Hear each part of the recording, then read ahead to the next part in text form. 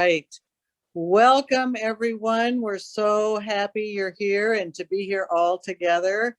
And a very special and warm welcome to you, Sister Helen. We are very excited and very grateful to have you here with us tonight, as you were just saying, to turn our articulations into action. It's really a special blessing. So we're going to begin tonight with a prayer. It is a prayer for justice written by Sister Helen. So let us begin with the sign of the cross in the name of the Father and of the Son and of the Holy Spirit. Amen. Amen. God of compassion, you let your rain fall on the just and the unjust.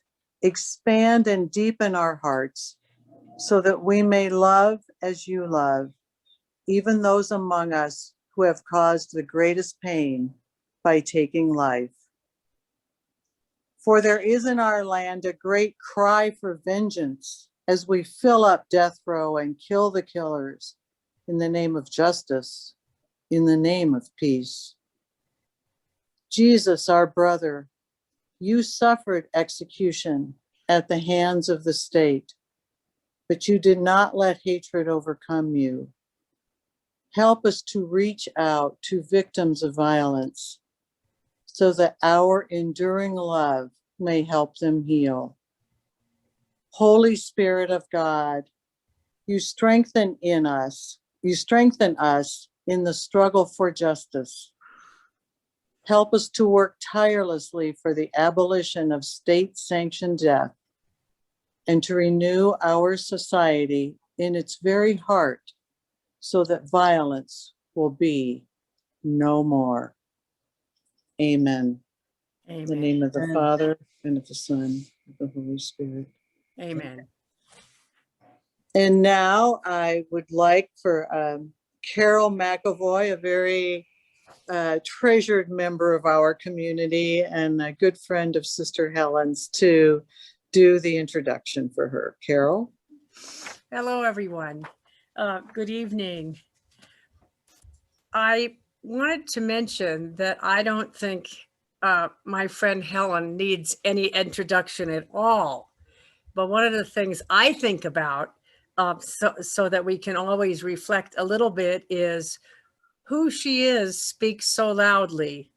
She hardly needs any introduction. And I really believe that. Sandy sent us an article from The Nation magazine, which is wonderful. It's filled with all the nuts and bolts and lots of the things about Helen. So I'm going to leave that up to you looking it up, or you can look it up afterwards. If you heard Merrick Garland yesterday and his remarks on the death penalty, you heard echoes of Helen's teaching after her 29 years of experience, reflection, and teaching about it. So rather than cover the same ground that could be covered by what Sandy sent out to us and what also was in our bulletin, which was a wonderful encapsulation of just who Helen is, I'd like to share with you, because she's such a good friend of mine and has been for many years, some of the flavors of Helen that I so appreciate.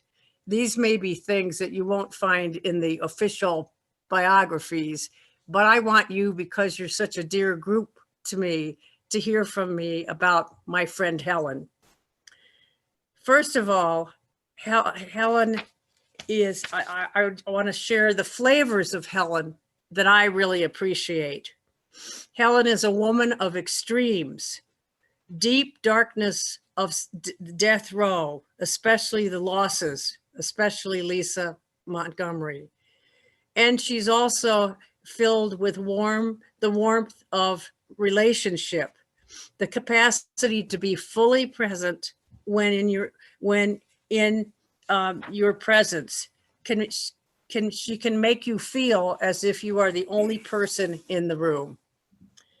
Helen recognizes the paradoxes in life, as I know her, with her delightful sense of humor. She tells Cajun jokes. She enjoys a sip of scotch and is a superb Cajun cook. These are important things to know about her.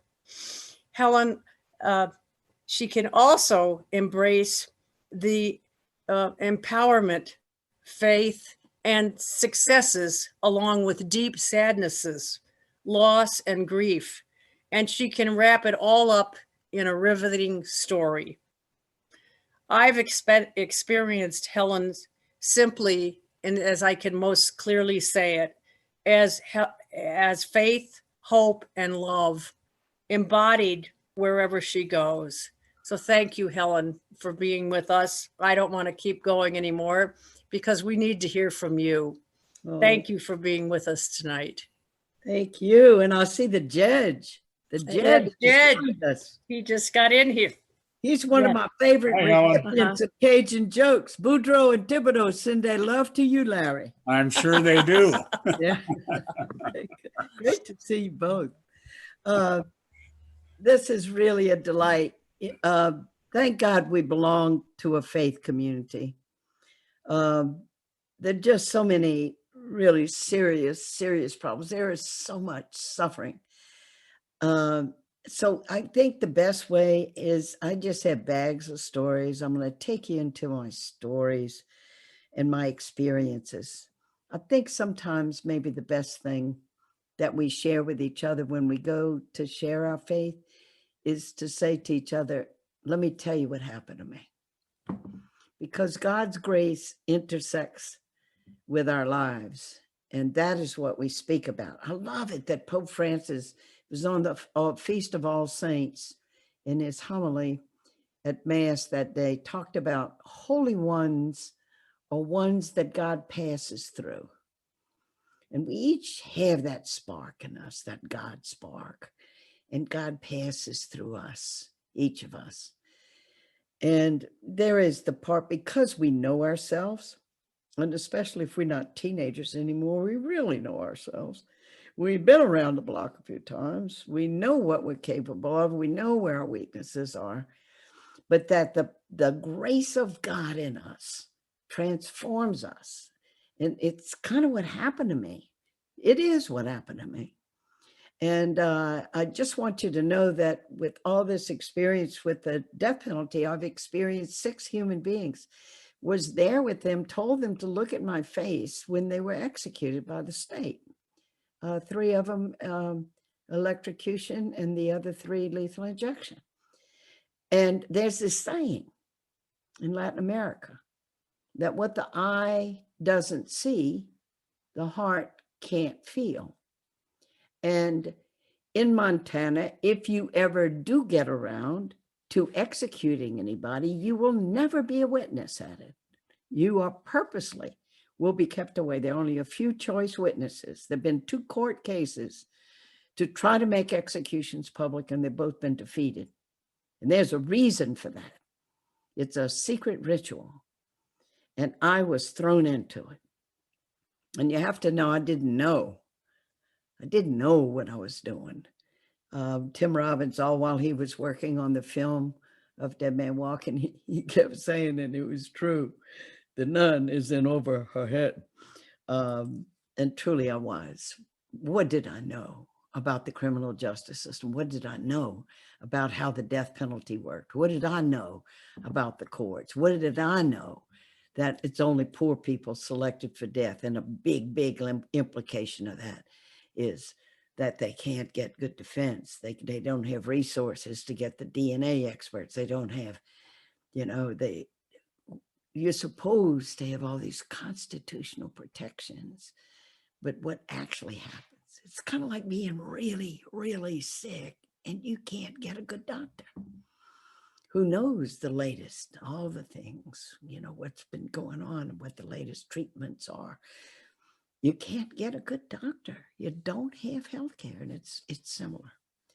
So I just, the latest book I wrote is River of Fire, and it really talks about the awakening that the gospel of Jesus was more about than just simply being a prayerful nun and praying for the world and praying for the suffering people, more than being pious, and also charitable to those around me. I was a teacher. I loved my kids, loved teaching.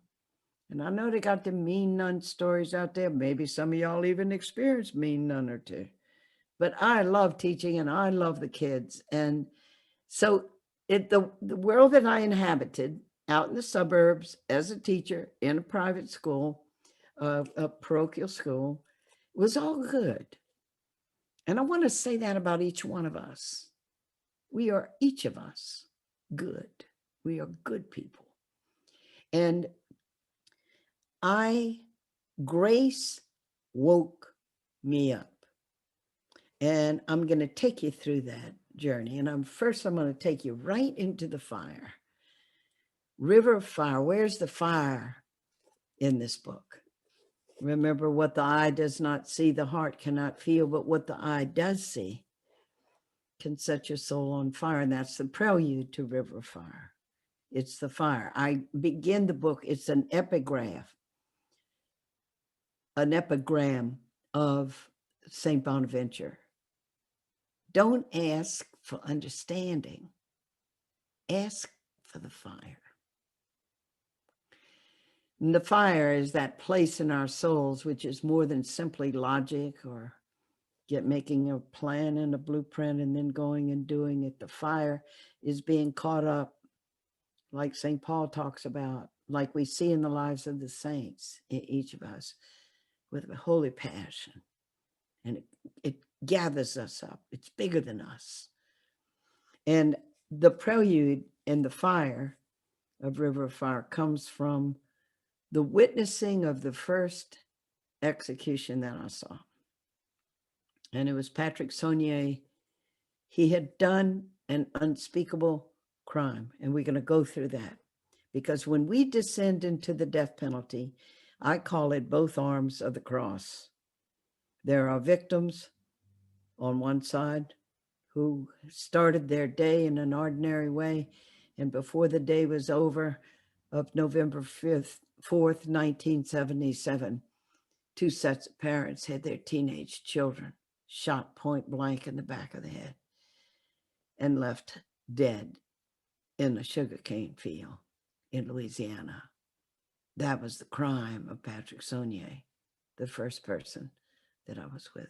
And part of the descent into the mystery of being in over my head was descending into evil in a way I had never experienced directly. The cold-blooded murder of two teenage kids. On one arm of the cross are the victims, and they are suffering. And then on the other arm of the cross is the perpetrator, who participated in that killing and is guilty of that killing, did it. And our own struggle is going to be there. And so the prelude goes, they killed a man with fire one night. They strapped him in a wooden chair and pumped electricity through his body until he was dead. His killing was a legal act because he had killed. No religious leaders protested the killing that night. It was 1984. But I was there. I saw it with my own eyes. And what I saw set my soul on fire. A fire that burns in me still. And now here's an account of how I came to be in the killing chamber that night and the spiritual currents of grace that brought me there. And that's River Fire. That's how I begin it.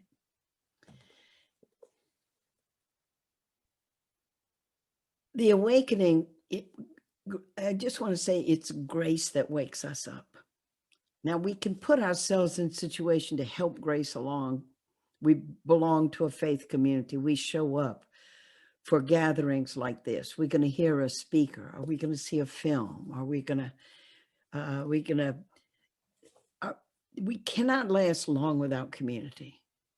Faith dies without the connection of community. And Jesus meant it that way, where two or three are gathered. Always it's the coming together. In a way, the whole universe works that way. It's that interconnectedness. I was just reading this in an elementary book about physics and quantum physics that electrons don't even exist until they interact with each other. They have no existence except in interaction. And our deepest existence is in relationships and in these interactions too. I witnessed this man who was killed by the state, came out of the execution chamber that night. It was the middle of the night. He had been killed after midnight. They put you in a prison vehicle, all the witnesses, and bring you to the gates of the prison where a dear friend, Sister Christopher, my good friend, Bill Quigley, one of the lawyers, Millard Farmer, a number of lawyers who had tried everything they knew in the appeals courts to try to save Pat's life. And, you know, I'm stunned. I come out and they're in the parking lot right outside the gates. The first thing I did was I vomited. I just simply had never witnessed close up what it meant in such a premeditated way. And it was all legal to kill this human being. And in 1984, when Pat Saunier was executed, I think 90% of the people in Louisiana thought it was a good idea.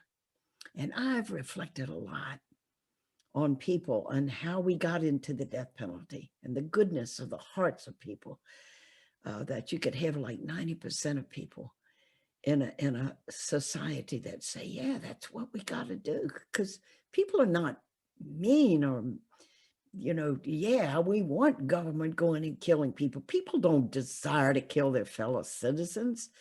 It's not who people are. And I had that awareness right outside in the dark, outside those prison gates, right after I'd thrown up. And I remember thinking, you know, the American people are good people. They've been made to be so afraid of these murderers. And you go back and you start tracing the rhetoric from the beginning of how we got the death penalty, how you got it in Montana, how we in a southern state, the deep South state that once practiced slavery, and you look at the pattern of practice, clearly the connection with the legacy of slavery is there. Over 75% of actual executions have happened in the deep South states that practice slavery, because that's where the actual practice, that's where the whole penal system actually evolved, was white people who once were the slave owners and knew how they treated Black people were so afraid that penal systems were put in and the whole thing began. So in 1976, I hadn't even noticed this. In the 70s, I wasn't awake yet. I was giving a lot of retreats. I was working with our novices, the women coming in for formation to become nuns. And the debate was going on about, well, as nuns, what did it mean to be called to not just serve in the institutions of the church, which, as you know, nuns have been the hands of the church in a lot of ways, staffing the schools, staffing the hospitals. And I just want to say it's a great life to be a nun. It's been a great life for me. Got chosen for me. I think I would have killed my children. I wouldn't have meant to, but I'm so blasé. And just in a lot of ways, it was just perfect for me that I joined with a community of women that put emphasis on solitude, retreat, prayer, the deep roots, and then freedom to be able to put your life and energies into work for the gospel as you see it and as the community has the wisdom. And after Vatican II, our community trusted us to get there, to do what Vatican II said to do, open the doors and windows, see where God's moving in the world, and especially to go to the places where people are wounded and hurting. And I had to grow into that. I tell the story of River of Fire. At first, I really opposed all this social justice stuff everybody was talking about. They're trying to make us into social revolutionaries. And I was doing retreats and I was saying, well, if the poor have God, they have everything. Our job is to teach people about God. I mean, how are we going to solve all these problems, all these? And I'm apolitical. I'm apolitical. I'm not getting in all that messy politics and stuff. If the poor have God, they have everything. And I'm not getting involved in politics and all this social justice. We are nuns. We are not social workers. And I didn't get it. And we kind of would have these debates. And I was in the spiritual camp. I was saying, pray more, bring people on retreats, teach the poor about God. And the social justice nuns are saying, look at the people in our own city. Over 50% of people in New Orleans are poor African Americans. They're being beat up by police. They're being thrown into jail. Look at what's going on in our own city. But I wasn't there. And it wasn't that I was bad. I was really doing my best. As much as I understood, I was there and I was trying to live it out with integrity as much as I could, but I wasn't there. In a way, I wanted to be there, but I just wasn't. And then I tell the story in River of Fire about how we went to a conference. I wasn't happy about this conference we were going to because we were all getting on a bus going up to Terre Haute to the same area of the woods. The girls were, it was the summer, and they were home for the summer, and we could use their dorms and their auditorium. And they had this social justice nun coming to talk to us all the way there. I'm praying, well, God, with your grace, I can come through unscathed with all the social justice. We captive in this place for 3 days, and they're going to hit us with all this social justice stuff. Made it through the first day. Maria Augusta Neal was her name, this wonderful woman. She taught the New Testament, the Gospel of Jesus, and sociology at Emmanuel College in Boston for 40 years. And her life intersects with mine very begrudgingly. And the first day I made it through. She talked about the world, how you had the rich countries of the world, you had the poor. And that was so overwhelming. That was so big. Like, what's one little person going to do? So, and then she announced that the next day she was going to talk about Jesus and the gospel. I went, hallelujah, we're going to have some Jesus in here, some real spirituality in here. And I slept like a baby that night. I didn't know what was waiting for me. And this is the way grace works, see? So next day I'm sitting there, and here she goes. I can give you the line that she said that changed the spiritual trajectory of my life. It's called a lightning chapter in River of Fire. And she said, Jesus preached good news to the poor. I was ready. Of course, Jesus preached good news. And I thought I knew what was coming next. Like every hair of your head is numbered. Not even a sparrow falls to the ground. How much more you, how loved you are. You can even call God like daddy. Abba means daddy. That's how close God is. And she said, integral to the good news that Jesus preached to the poor is not that their poverty was God's will. And I guess I had always assumed if they were poor, one day they're going to get a great reward, but somehow it must have been God's will. That's just the way life was. Some people were well off, some people weren't. And she said, integral to that good news is they had a right to struggle for what was rightfully theirs. And boom, I got it. It's, well, to follow Jesus and not to be involved in being in solidarity with people struggling for justice, that wasn't really following Jesus. That was praying for people, but I wasn't involved. I wasn't part of it. And it was never going to be enough. And I came home from that conference and began taking the bus and beginning to volunteer in the inner city of New Orleans, where 50% of the population, inner city, African Americans, hit a huge auction block, and we were a port city. We were a slave city. And I mean, just we're learning more and more now since that killing of George Floyd, since people were in their homes with COVID and could watch for that 8 minutes and 46 seconds of the life squeezed out of that man under the knee of a white policeman. There are more books, the popular sellers, best sellers now, have to do with understanding about systemic racism. And it's us white privileged people reading the books. because we need to read the books, because what do we know? And it's, again, not that we're bad, but how could we possibly understand how systemic the whole thing has been when we never experienced it? I trust policemen. I mean, I got to confess, I kind of got a heavy foot, and I've had more than my share of speeding tickets. But if a state trooper pulls me over on the highway, I'm not scared. I'm a white woman in Louisiana. I'm educated. I'm articulate. I know my rights. I'm not scared. And have you heard the stories? Because the stories are coming through now at a very fast pace to us of what happens to Black people when they're pulled over by policemen. And so the debate begins, of course. And people right away start saying, well, that was a bad apple. They always have rogue policemen. Most of the policemen are good. What do you mean systemic racism going on here? And because we're gonna bring to the discussion our experience, what we know. And that's we are on a huge cusp right now of an awakening in this country about racism and its legacy. And I don't know if you heard Merrick Garland or Cory Booker in that discussion about racism in this country, and he, the Attorney General of the United States, what is his role going to be?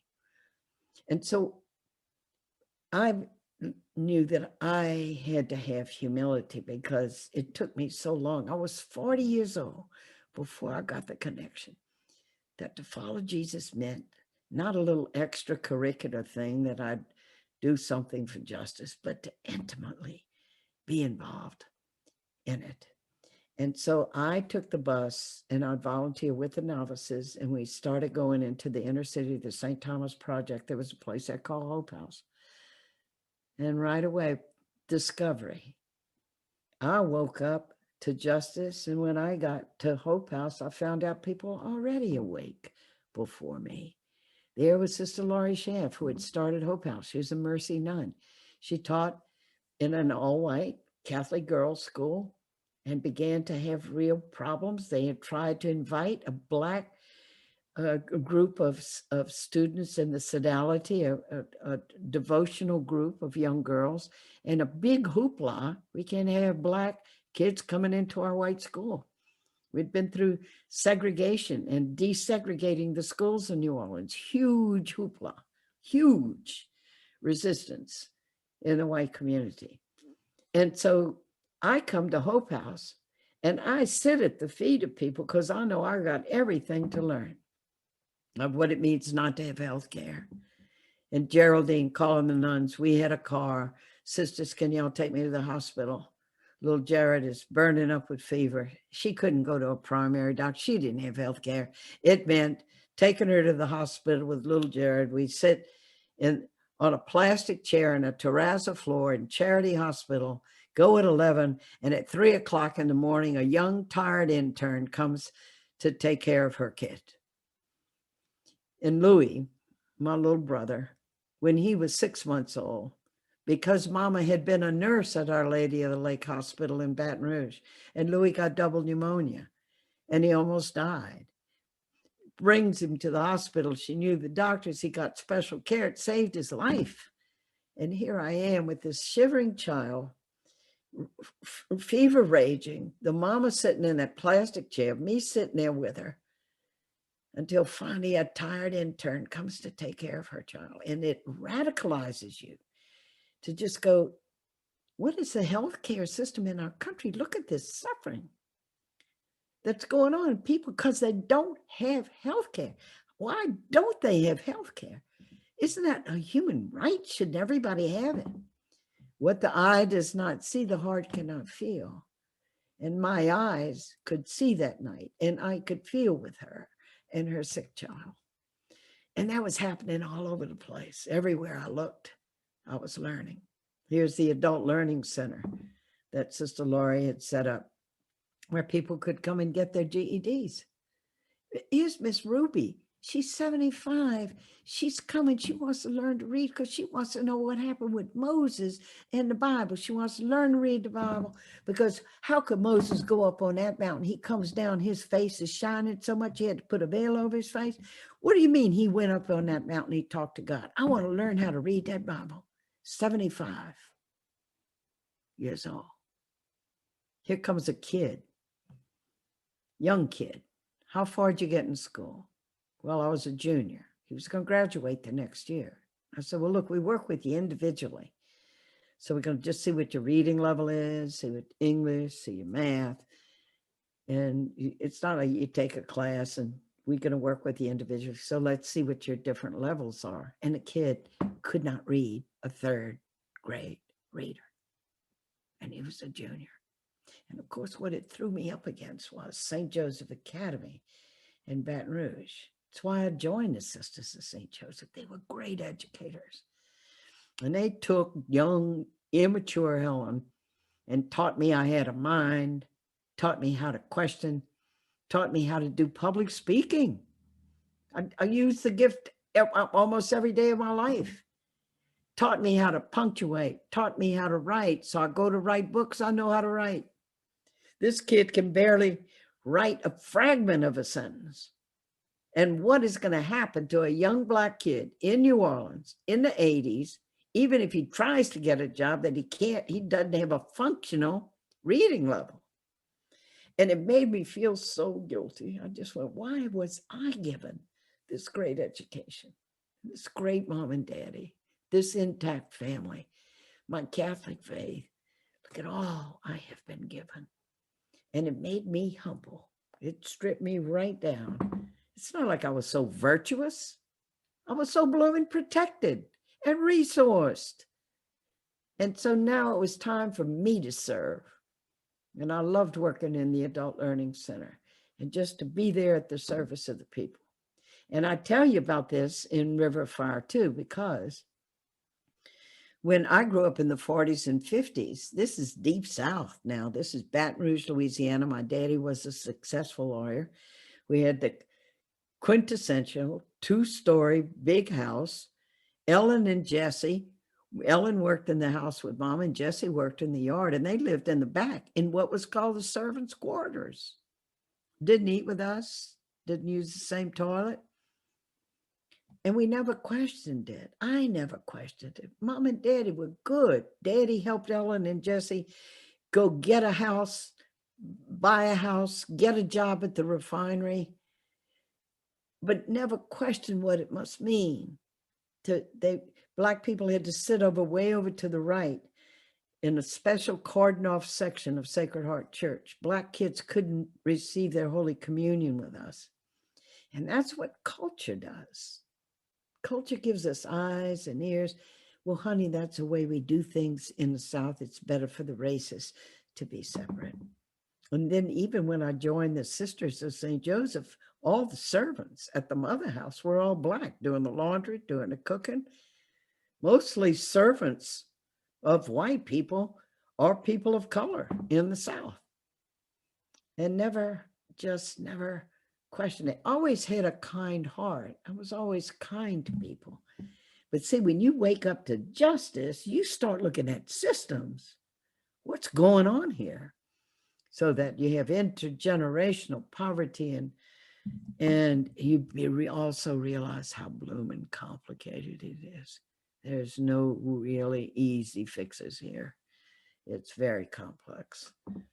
And Maria Augusta Neal's words ringing in my ears. It's not God's will for people to be poor and some to be rich. It's the systems we have set up. We have made human decisions.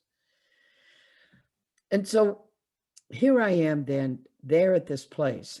You got to know the last page of River of Fire is the first page of Dead Man Walking. Because the whole book is about first waking up to justice, then immersing myself in the African-American community, become my teachers, first to teach me about white privilege, and just to see how complex it was. I mean, houses all had TVs, nobody read books.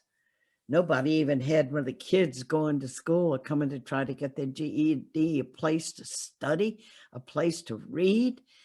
And in my house, the reading of books was a very special thing. And you go to the library in the summer and come home with 20 books, a limit, because you could read books. on every front. And then one day, coming out of the Adult Learning Center, and this is the first page of Dead Man Walking on St. Andrew Street, I meet a friend who comes out of the Louisiana Coalition on Jails and Prisons. He's got a clipboard. He has a project going on. Everybody he saw that day, he asked you to be part of the project. And he goes, it was so casual. And I just want to introduce an element here of faith that Jesus is sneaky. You better watch out for sneaky Jesus. Because let me tell you, this is what happened. If I knew I was going to end up at the execution of that human being, I never could have said yes to this. Hey, Sister Helen, you want to be a pen pal with somebody on death row? Yeah, well, what do I have to do? You write letters and sure, I said. I was an English major. You know, I could write some nice letters. Give it a name. Write the name. The name writes back.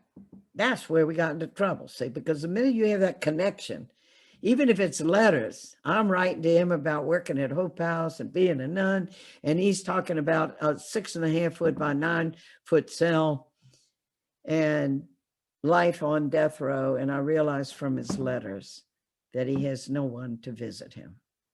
His mother was mentally very fragile, and she had actually had 2 sons. Pat, you have to know, and his brother Eddie were responsible for killing the teenage couple. And it's a complex story.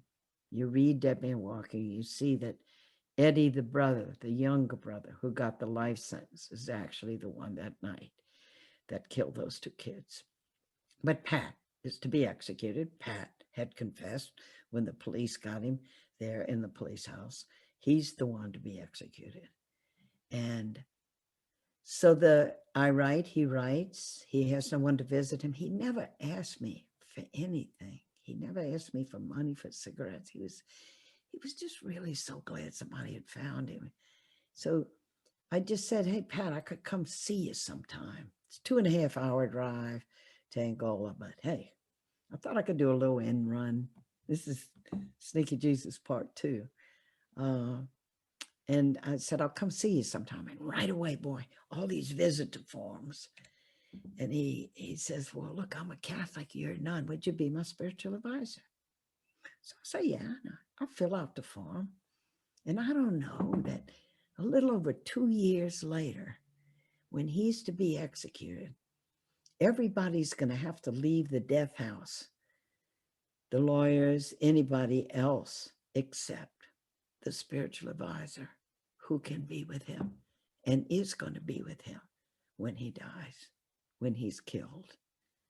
And that is what I'm going to do. But never leap ahead of grace. We have a maxim in our community. Boy, it's my mantra. I got it written on my forehead right under here. Never leap ahead of grace. You wait for the grace and you follow the grace. And that is how then I ended up. Amazing to me that I got thrown into this world of the death penalty. And when you are a witness, anybody like Elie Wiesel, who writes about the Holocaust, it's a moral imperative. When we are one of the first witnesses to see something and we come out and other people don't know, what do? You walk away from it, just say, that was terrible.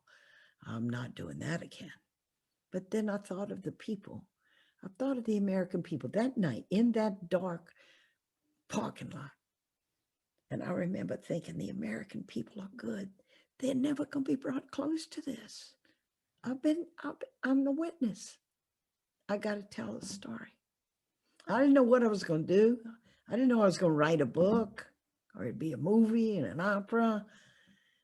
All I knew was that I had been a witness, and so I had to tell the story. And so I began to talk to any group that would hear me, any group, and began and learned to begin to shape the story. Because, as I mentioned, we have a terrible struggle with the death penalty because we value life, we love life. And when we hear of innocent people being killed, who doesn't feel that rising up into your throat and you're saying, well, whoever did this deserves to die? It's the outrage in us. It's immoral. It's ethical because of the outrage of what has been done to an innocent person. And so our spiritual journey begins there. And we are caught on those two arms of the cross, the suffering of the victim, and then Jesus. And we know Jesus is going to be Jesus, right? And we know the gospel, and we know what Jesus has told us to do. You have heard it said, an eye for an eye, but I say to you, and we struggle. We are a pro-life Catholic, but we struggle with the death penalty because of the horrible things done to innocent people. And that's why this issue is very different and harder than the other life issues, I think, because we deal with such atrocities. So I want to talk about the journey of the Catholic Church in this too, because it took 1,300 years of dialogue to reach a point in August 2018 where Pope Francis officially changed the teaching in the catechism. Because as a body of believers, we in the church, we who follow Jesus, all Christians, in fact, took pretty much this stance, going back in history now. Before there were prisons, you have St. Augustine in the 5th century saying the evil can be coerced with the sword, that you can use violence to protect society. And what was happening in St. Augustine's day? Well, the Huns and the Visigoths are banging down the gates of the cities and plundering the people, the bearded ones, they called, the barbarians, the bearded ones. And so because you didn't have a way to defend society, no prisons, the church upheld the right of the state to kill violent people to protect society. It was always about defense of society. It was never this thing that when the Supreme Court reintroduced the death penalty in 1976, it was around there are some crimes, some murders by their nature so horrendous, only death can be the right punishment. That was not the thinking of the church, or the reason when you read why the church upheld the death penalty. It was always about defense. And the church has always upheld about self-defense. Someone breaks in your home and they're about to kill your mother and your father, and you happen to have a gun, and you protect their life. Self-defense. But so what happened then over time, as we develop prisons, you get societies formed. So you have a way to incapacitate dangerous people, which prisons are. And so as society develops, and as we have a way then to keep people safe, then the church, we the believers, are always immersed in the society. And that was a gift of Vatican II. Look for the signs of the times where God's moving in the world, and for us to be part of it, to be part of what's going on in our country today on these new cusps of racial, systemic racism that we are becoming aware of, climate change, becoming aware of, that we are part of the world. We are part of society. And so we develop.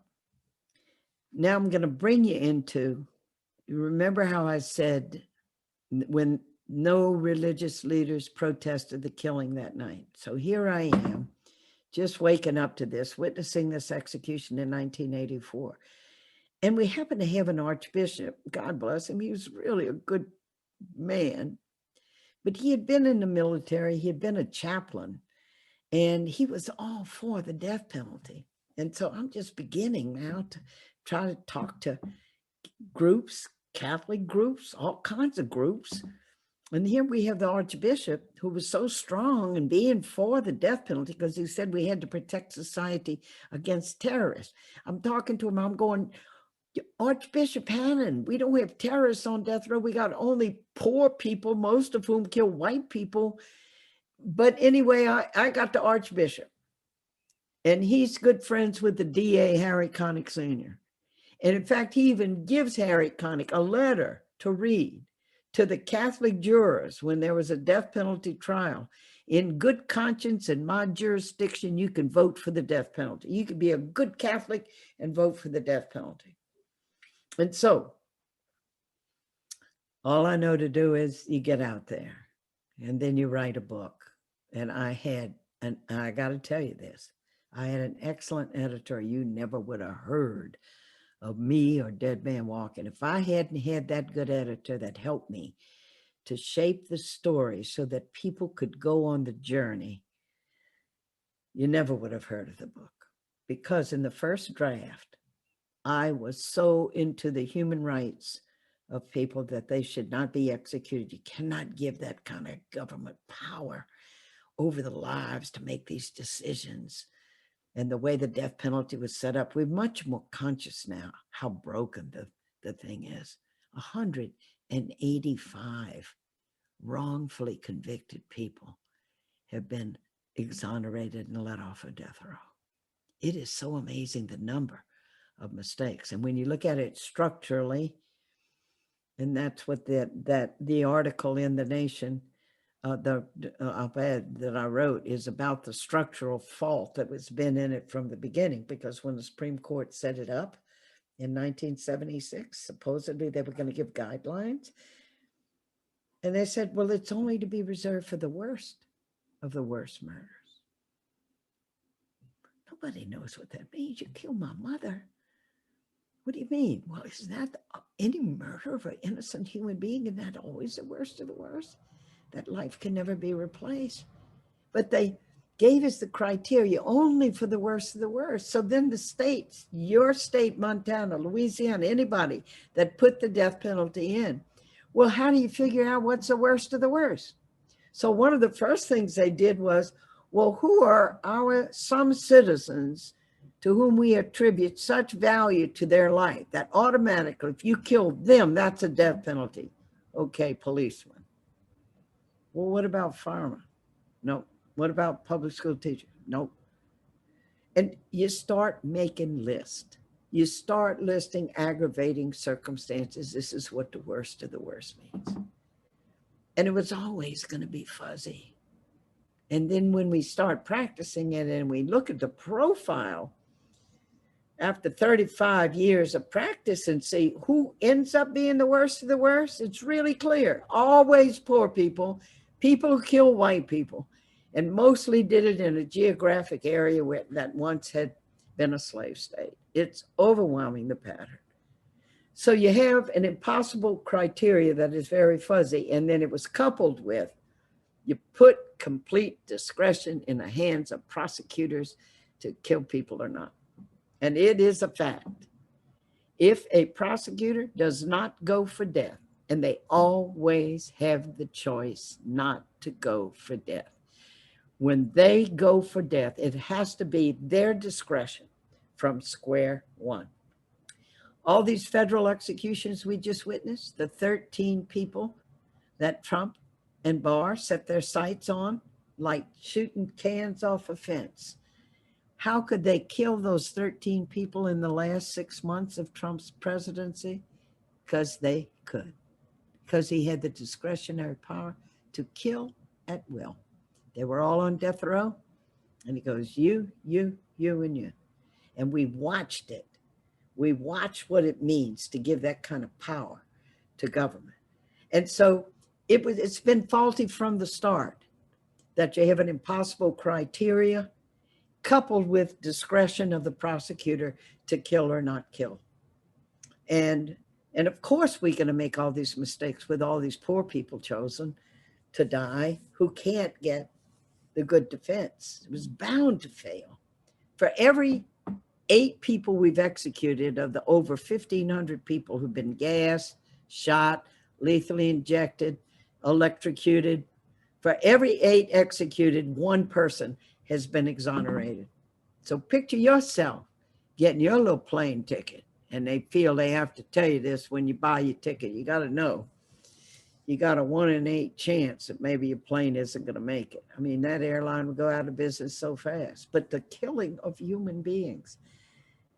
And So all I know to do, then let me get back to this editor and how the dead man walk and how he helped me shape the story, to shape the journey. And he goes, Helen, your first draft, you spent all this time on the human rights of this man, but you wait far too long in your book before you talk about the crime.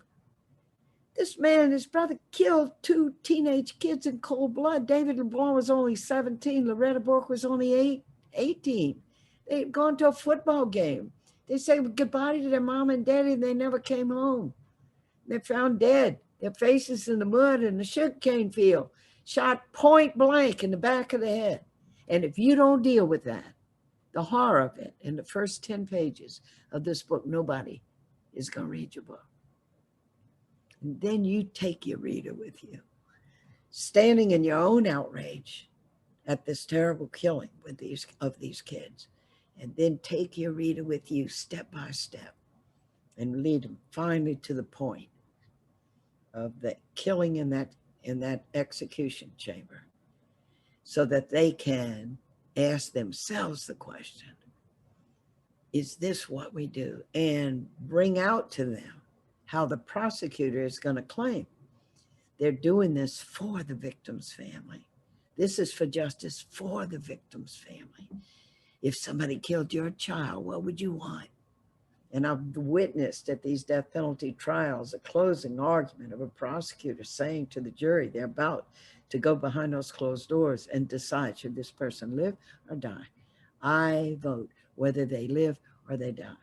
And that prosecutor saying to the jurors, look at that family sitting there, and they're never going to see their daughter graduate from college. They're never going to see their grandchildren. Do justice for that family. And they present it as, this is the way you honor the one who has been killed. This is how you show and you honor the victim's family. And what are you going to do? What are we going to do for that victim's family? We're going to allow them to, well, hopefully it won't be too long. I think the average wait is over 15 years. But we will summon them when it's time for the execution. And they will get to sit on the front row, and they will get to watch as the state kills the one who killed their loved one, and they get to witness that violence, and that is going to heal them. The word they use for it is closure. It's and of course everybody wants to be good. The prosecutors want to be good. Of course their job is to defend society. But the truth is, we have a way to defend society. So Jason helped me shape that book.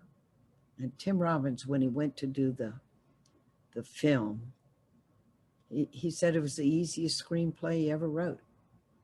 And he explained to me the difference between art and propaganda. And propaganda means he's against the death penalty, so he's going to shape that film, do the crime early on. It fades your mind. You kind of forget about how horrible it was. And then all your empathy and all is going to be the person and his mama, the one who's going to be executed. He said, art means you honestly take people over to both sides.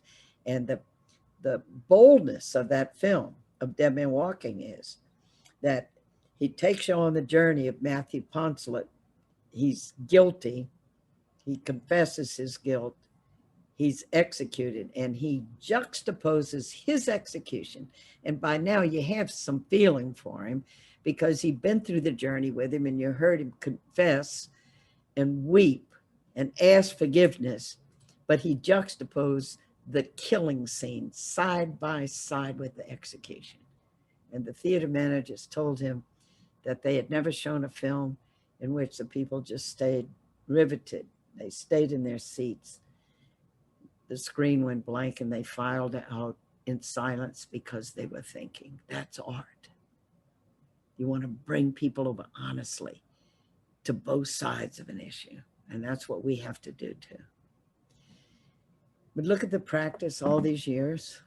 What's Montana doing with the death penalty? And the deaths that go in waiting in the cell to die, for how long? How many people do you have on death row in Montana? Is it 2? Is it? Amnesty International would say you don't have a real practice of the death penalty. It's got to be political symbolism more than anything.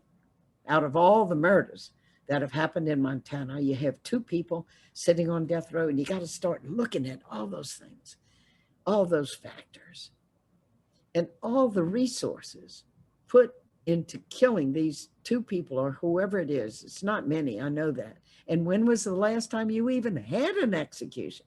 Why do you have this killing machine? Why do you have the machinery of death? You're not even using it. And think of the resources. Martin Luther King said a budget is not a neutral thing. A budget is a moral document, and pouring resources into killing a few people, and think of the needs in the state of the people where those resources could be. A budget is a moral document and how we use our resources. And so I just really want to appeal to you. Don't give me a lot of, oh, sister, that was a wonderful talk. And I mean, great, if I could bring you there. But it's to act. I just came from Virginia. Well, wasn't physically there, but they just are the first ex-Confederate state to end the death penalty. They have killed over 1,400 people in their history. In the 1850s, they had 470,000 slaves. And they just abolished the death penalty. They just repealed it. Virginia did. Montana's close. And I know what happened today or yesterday, that it got to the Judiciary Committee and they tabled it. But think of it as a wave of justice. Think of it as we lost this year, but now we're going to be organized. And what does it is writing to those legislators and calling them, our voices on the phone with them. It's time for Montana to put down the death penalty. We practically are not using it anyway. Let us put it down. We are people who respects life, not just innocent life, but guilty life. And here's where the test of Jesus comes and the test of our own souls. In the dialogue I got to have with Pope John Paul II, I got to write to him. And I know the letter went right into his lap. And I said to him, Your Holiness, I meet so many pro-life Catholics, but when you talk to them and they go, but they're for the death penalty. And it's, as I talk to them, it's there for innocent life. And that's who we are as Catholics. We're for life across the board, womb to tomb. But you can't draw a line, well, innocent life, but then the guilty, that's another set of values that we bring to it, the gospel of Jesus. Even those who have done a terrible crime have a dignity that must not be taken from them. And this was the story. This is where I brought Pope John Paul with me. I said, when I'm walking with a man to execution, and it was Pat Saunier I was talking about, his feet are shackled, his hands are handcuffed to a belt very close to his waist, so he can't move his hands. He's surrounded by 6 guards, and we're getting ready to walk together to the electric chair.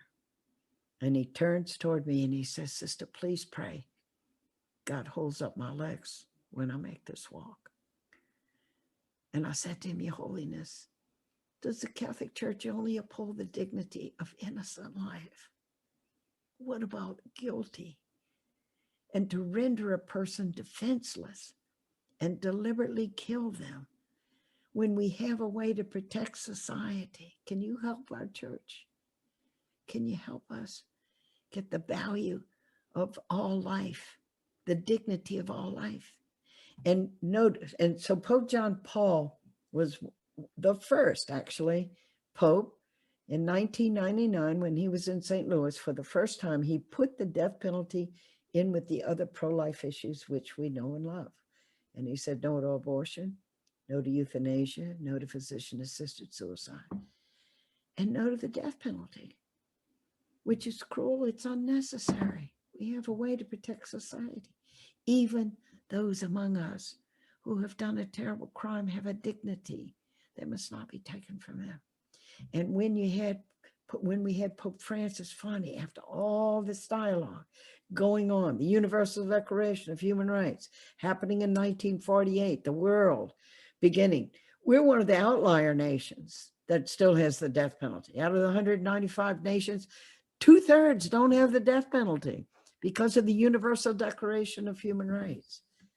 And so then we had Pope John Paul 99, and by the time then we get to, and that's how things change morally. We grow as a society. There was a day the church upheld slavery. And then that growth and consciousness and conscience in the people, it rises up in the people. Truth springs up from the ground. And then the leaders catch it too. That archbishop, that was so far the death penalty. The Louisiana bishops were forbidden to speak out at legislative meetings. But now you can see the consciousness grows. But we grow together. It's the people and the bishops and the priest who was scared to death to bring up about the death penalty when they gave homilies in Louisiana. I don't know. Do you remember going to many masses and hearing anybody talk about the death penalty as a deeply human, moral issue? Not many, because when you have a controversial subject, it gets real messy, real fast. And it doesn't just mean preaching a little homily. It means you're going to have adult education groups. You're going to have to go on the journey with the people to get it. It's counterintuitive. It's against everything in us. But we grow. And when Pope Francis did declare it, notice what he said: the inviolable dignity of all human life, not just the innocent, but the guilty. So I really want to encourage you to get in there with the Catholic Conference. And I'm hoping we're going to get a direct number here so that we didn't make it this year in Montana. It got, bottlenecked. It got shelved. But next year's coming around. And when we get involved in justice, we get involved with a long haul. And next year could be the year that Montana could repeal the death penalty if the people wake up and if the people get involved. And so I want to just encourage you to do that, to get involved in it, and to do your part to help it to happen. I think I'll stop here. I think I blew it, huh? I don't know how long I talked, y'all.